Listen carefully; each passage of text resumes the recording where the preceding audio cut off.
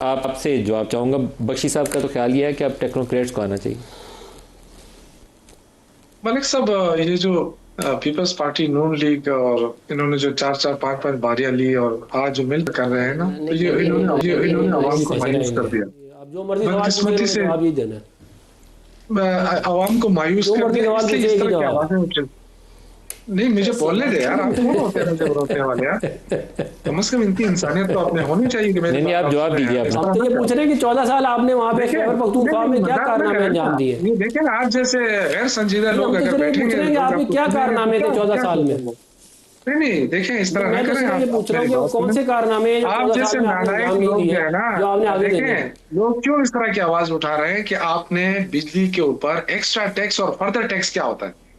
ये जो 1866 अरब रुपए आपने इकट्ठे किए हैं 4 सालों में, इसका जवाब देना कौन को। ये फर्दर टैक्स क्या होता है, एक्स्ट्रा टैक्स क्या होता है। मैं तो हैरान हुआ, मैंने देखा है ये बिजली के बिल में आप दे रहे हैं।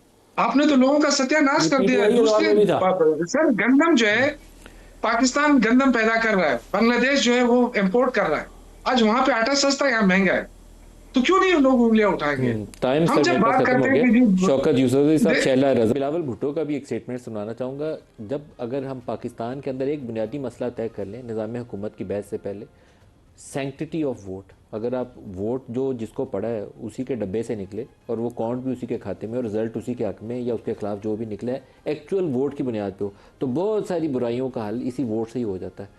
अगर लोगों के पास ये ताकत हो कि अपने वोट से किसी को इलेक्ट कर सकते हैं, वोट इन कर सकते हैं और अपनी ताकत से किसी को वोट आउट कर सकते हैं, तो इससे बड़ा दुनिया में कोई मौसर निज़ाम है नहीं है।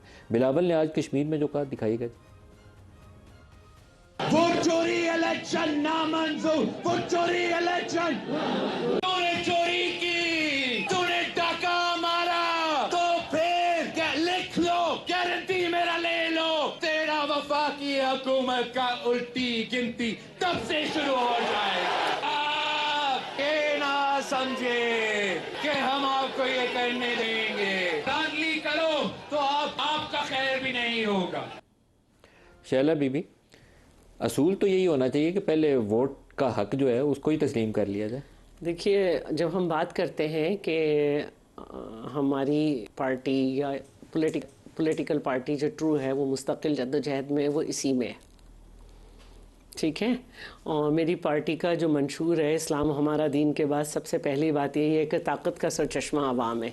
अब आप अवाम को कभी ज़ियाउल हक साहब का तोहफ़ा है कि आवाम को जो है फ़िरक़ों में डिवाइड कर दो, बिरादरियों में डिवाइड कर दो और ज़बान की बुनियाद पे जो है कर दो, तो वो ये करने में कामयाब हुए।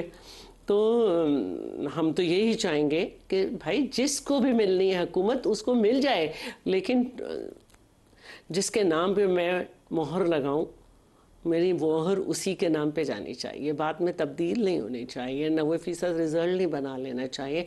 और देखिए, एक बात और भी है, वो रेफरेंडम जो कराते थे तो वो जिसमें कोई भी बाहर नहीं निकलता था 98% ले लेते थे।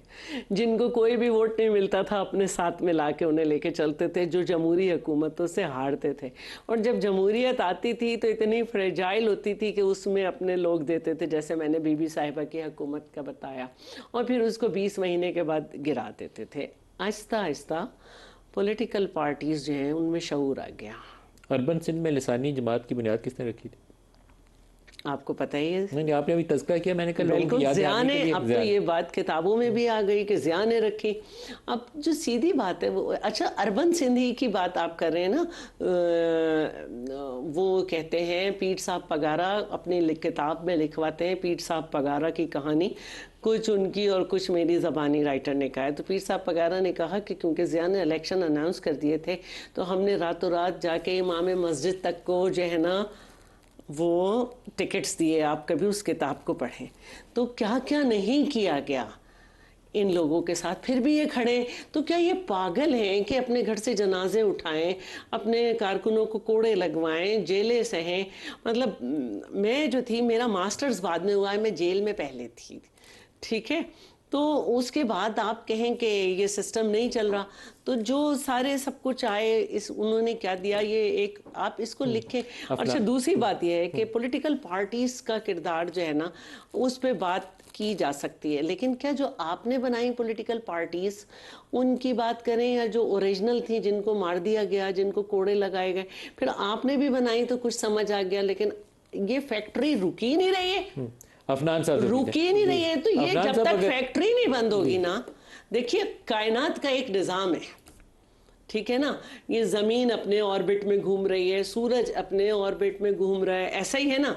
और यही कहा है कि जिस दिन जो है ये अपने अपने ऑर्बिट को हम और आसान कर देते हैं, मदार से निकल आई चीज़ें, क़यामत आ जाएगी। तो सिस्टम भी इसी तरह चलता है। अगर मेरे वालिद जॉब करते थे तो मेरी वालदा घर चलाती थी, अगर मेरे वालिद को टाइम नहीं था तो वो खुद पढ़ाती थी। जो उनके हालात थे उसमें उससे अब मैं भी जो है वो मैं ओनली अर्नर हूँ अपने फैमिली की। मेरा हस्बैंड बीमार है, मुझे मालूम है मुझे क्या करना है, ऐसे करना है, ऐसे करना है, ऐसे करना है। थर्ड पर्सन आके या सेकंड पर्सन आके मेरे पास अगर इंटरफेयर करेगा, मेरे मामलात में घुसेगा, मेरे बजट को, मेरे तरीके को डिस्टर्ब करेगा, तो मेरा घर उलट जाएगा। सही। आप जो है आपकी जवाब एक आखिरी बात, किसी भी पार्टी का सरबराह उसका बाप होता है। आप एक सरबराह मार दें, दूसरा सरबराह मार दें, तो वो घर कैसे चलेगा?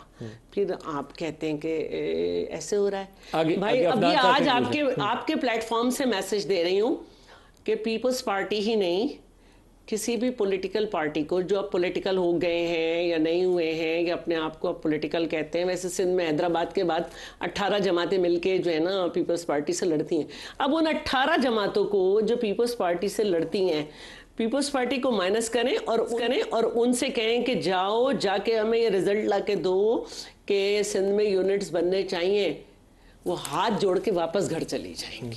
शौकत यूसुफ सही साहब, आप क्या फरमाते हैं? निज़ाम के हवाले से पहले तो अपनी राय भी दे दीजिए, और नए इंतजामी यूनिट बनने चाहिए या नहीं बनने चाहिए, और निज़ाम कौन सा होना चाहिए? मैंने बहुत शुक्रिया मलिक साहब। पहली बात तो ये है कि आज तो इन्होंने इकरार कर लिया है ना कि सिस्टम कोलैप्स कर गया है, और इन दोनों पार्टियों ने मिलकर ये हुकूमत बनाई थी, और आज ये खुद तस्लीम कर रहे हैं कि जी निज़ाम नहीं चल रहा।